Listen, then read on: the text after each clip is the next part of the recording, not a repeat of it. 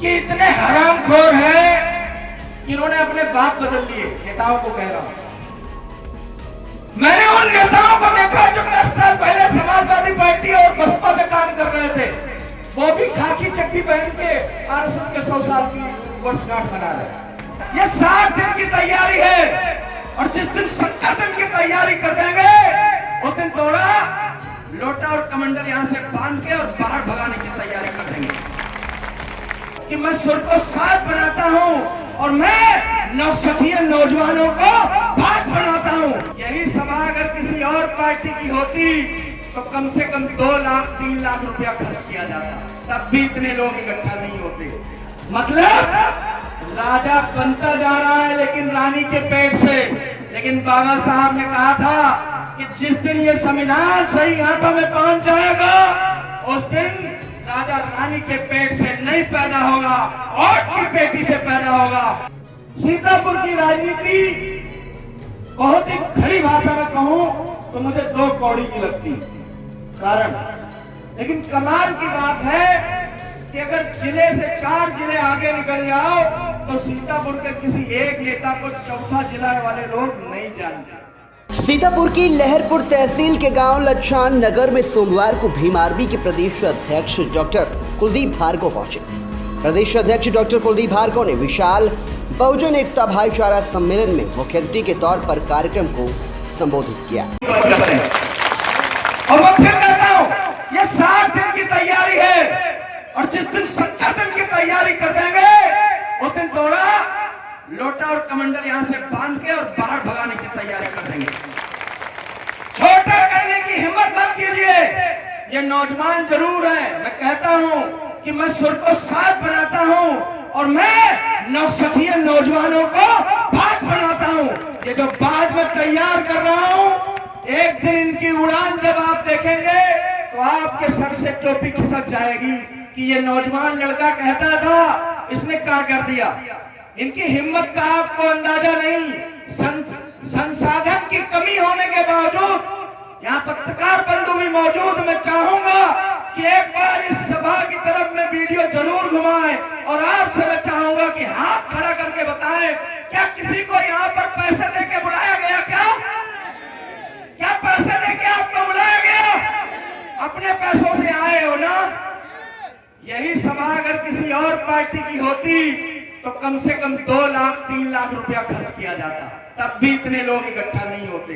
बाइकों में तेल डलाना पड़ता है, भीड़ को पैसे देने पड़ते हैं, फिर जाके भीड़ इकट्ठा होती है। लेकिन मेरे ये भाई, मेरी माताएं बहनें, मेरे बुजुर्ग, इनको पता है कि ये लड़का जो आज हमारे गांव में आया है ये नेता बनने नहीं आया है, ये सीतापुर की राजनीति बदलने आया है। और कैसे बदलेगा वो मैं कह देता हूं कि जब सीतापुर के राजनीति का इतिहास उठा कर देखता हूं तो मुझे ऐसा लगता है कि एक नेता मरता है उससे पहले चांदी का चम्मच लेके दूसरे नेता को पैदा करके जाता है। मतलब राजा बनता जा रहा है लेकिन रानी के पेट से। लेकिन बाबा साहब ने कहा था कि जिस दिन ये संविधान सही हाथों में पहुंच जाएगा उस दिन राजा रानी के पेट से नहीं पैदा होगा, और की बेटी से पैदा होगा। और मैं आज ये इतिहास है, ये चांदी के चम्मच लिए हुए वो राजा एक दिन जैसे यहाँ के महल खाली हुए हैं वैसे राजनीति के सिंहासन उनको खाली करने होंगे। उनको राजनीति मिली कैसे? किसी का बाप मंत्री था, किसी का बाप विधायक था तो उसका बेटा भी विधायक बन गया, किसी की सास सांसद थी तो वो आके विधायक बन गया, किसी का भाई सांसद था तो आके विधायक बन गया।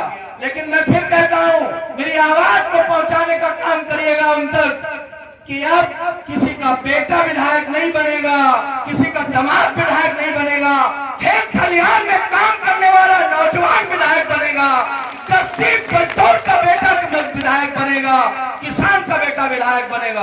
आप कहोगे ना आपके पास पैसा है ना दौलत है, कैसे इनको विधायक बनाओगे? तो मैं आपसे कह देता हूं कि घड़ी साबुन के ऊपर जैसे लिखा रहता है कि पहले इस्तेमाल करें फिर विश्वास करें। आज लखनपुर में मैं कह के जा रहा हूं कि जहां जहां विपत्ति पड़ेगी, जहां जहां हमारे लोगों को सताया जाएगा, वहां वहां भीम आर्मी आ आगे खड़ी होगी। और मुझे पूरा विश्वास है कि जब मैं पहले आपके लिए आगे आऊंगा तो समय आएगा तो आप मेरे लिए भी खड़े होंगे। और इसका उदाहरण मेरे समाज के लोगों ने दिखाया। नगीना में एक सांसद बनाया जिसका नाम चंद्रशेखर आजाद। और चंद्रशेखर आजाद जी को जब सांसद बनाया गया तो पैसों के बलबूते नहीं सांसद बनाया गया। तो मैं अपने यहाँ के नेताओं से भी कहना चाहता हूँ कि वो आईना भी खोलिए जो नगीना वालों ने दिखाया है। वक्त पलटेगा तो लहरपुर की भी जनता वही आईना, वही किताब खोल देगी, वही चंद्रशेखर आजाद जैसे किसी नौजवान को सांसद और विधायक बनाकर खड़ा कर देगी। मैंने देखा साथियों, अभी कुछ दिन पहले आरएसएस के 100 साल पूरे हुए। कट्टू वचन कह जाता हूं क्योंकि मैं डरता किसी के बाप से नहीं हूं कि इतने हरामखोर हैं कि इन्होंने अपने बाप बदल लिए। नेताओं को कह रहा हूं, मैंने उन नेताओं को देखा जो 10 साल पहले समाजवादी पार्टी और बसपा में काम कर रहे थे, वो भी खाकी चड्डी पहन के आरएसएस के 100 साल की वर्षगांठ मना रहे हैं। अरे मैं तुमसे कह रहा हूं, मेरी रिकॉर्डिंग करो। भीम आर्मी में हूं, भीम आर्मी में रहूंगा और जब मरूंगा तो भीम आर्मी में ही रह के मरूंगा। मैं दोगला नहीं कि अपना बाप बदल लूं। और खाकी चड्डी तो छोड़ दो, मैं फिर कहता हूं कि ये डंडा लेके खाकी चड्डी पहन लेने से समाज का उद्धार नहीं होता। तुम वो लोग हो जिन्होंने इस देश का साथ गद्दारी की। जब देश में आजादी का आह्वान चल रहा था तब शहीद आजम भगत सिंह फांसी से झूल रहे थे, सुभाष चंद्र बोस आजाद हिंद फौज की स्थापना कर रहे थे, बाबा साहब इस संविधान का निर्माण कर रहे थे। उस समय यही आरएसएस के लोगों ने देश के साथ गद्दारी की, अंग्रेजों के साथ में मिलकर। उस समय आरएसएस का जो प्रमुख था उसने बयान दिया कि मेरी लड़ाई अंग्रेजों से नहीं है, मेरी लड़ाई मुसलमानों से है। उस समय सावरकर ने ये कहा कि मैं हिंदुओं से आह्वान करता हूं कि अंग्रेजी फौज में शामिल हो जाएं। अब मैं तुमसे पूछता हूं, जो ये कहे कि मेरी लड़ाई अंग्रेजों से नहीं मुसलमानों से है, जो ये कहे कि हिंदुओं को अंग्रेजी फौज में शामिल हो जाना चाहिए, जो ये कहे कि भारत की जमीन नेपाल को दे देनी चाहिए, वो इस देश का देशभक्त हो सकता है क्या? नहीं हो सकता। मैंने देखा, पता नहीं फेक न्यूज है कि असली न्यूज है, कि 100 रुपए का सिक्का भी उन्होंने जाहिर किया। क्या ये बात सही है? मैंने देखा सोशल मीडिया पर, तो मैंने सोचा ये गलती हुई। आरएसएस में पढ़े लिखे लोग नहीं है। अगर पढ़े लिखे लोग होते तो 100 रुपए का सिक्का नहीं जारी करते। कितने का जारी करते? 60 रुपए का। 60 रुपए का इसलिए क्योंकि उनका बाप दल्ला सावरकर 60 रुपए पेंशन उस समय अंग्रेजों से पाता था। 60 रुपए अंग्रेजों से। और मैं आपको यह भी बताऊं कि 60 रुपया उस समय, यानी कि उस समय का कम से कम 2.5 से 3 लाख रुपया आज के समय का। तो उस समय अगर 2.5 से 3 लाख रुपया किसी को पेंशन दी जा रही थी, इसका मतलब उससे कुछ तो इस देश से लिया जा रहा होगा ना। और वो कुछ नहीं, वो सिर्फ और सिर्फ सूचनाएं ली जा रही थी। उसने माफी मांगी इस देश की सरकारों से, जो अंग्रेज की सरकारें थे उनसे, कि मुझे जेल से छोड़ दिया जाए।